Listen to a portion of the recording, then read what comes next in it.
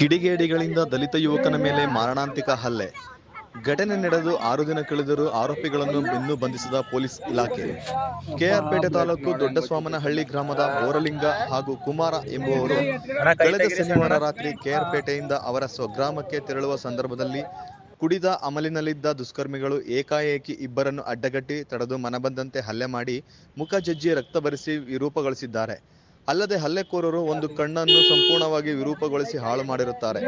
ಗಾಯಾಳುಗಳು ಕೆಆರ್ಪೇಟೆ ಆಸ್ಪತ್ರೆಯಲ್ಲಿ ಚಿಕಿತ್ಸೆ ಪಡೆಯುತ್ತಿದ್ದು, ಪೊಲೀಸ್ನವರು ಆರೋಪಿಗಳನ್ನು ಬಂಧಿಸುವಲ್ಲಿ ವಿಫಲರಾಗಿದ್ದಾರೆ ಎಂದು ಗಾಯಾಳುವಿನ ಪೋಷಕರು ಆಕ್ರೋಶ ವ್ಯಕ್ತಪಡಿಸಿದ್ದಾರೆ. ಘಟನೆ ನಡೆದು 6 ದಿನ ಕಳೆದರೂ ಪೊಲೀಸ್ ಅಧಿಕಾರಿಗಳು ಆರೋಪಿಗಳನ್ನು ಬಂಧಿಸದಿರುವುದು ದಲಿತ ಸಂಘಟನೆಗಳು ಆಕ್ರೋಶ ವ್ಯಕ್ತಪಡಿಸಿದ್ದಾರೆ.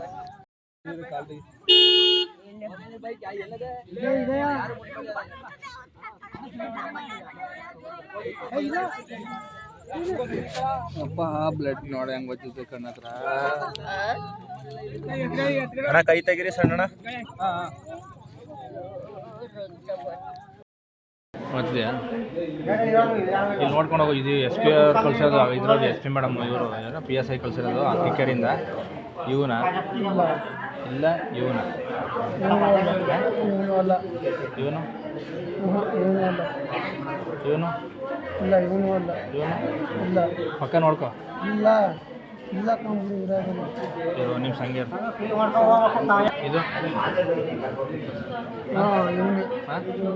ಕರೆಕ್ಟಾಗಿ ನೋಡ್ಕೊ.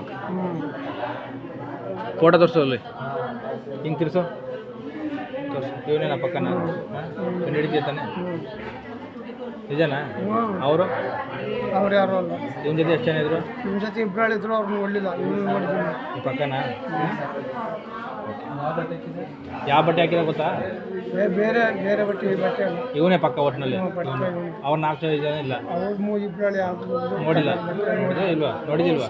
ನೋಡಿಲ್ಲ, ಅವ್ರು ನೋಡಲಿಲ್ಲ. ಇವನೇ ತಾನೆ ಪಕ್ಕ. ಹ್ಞೂ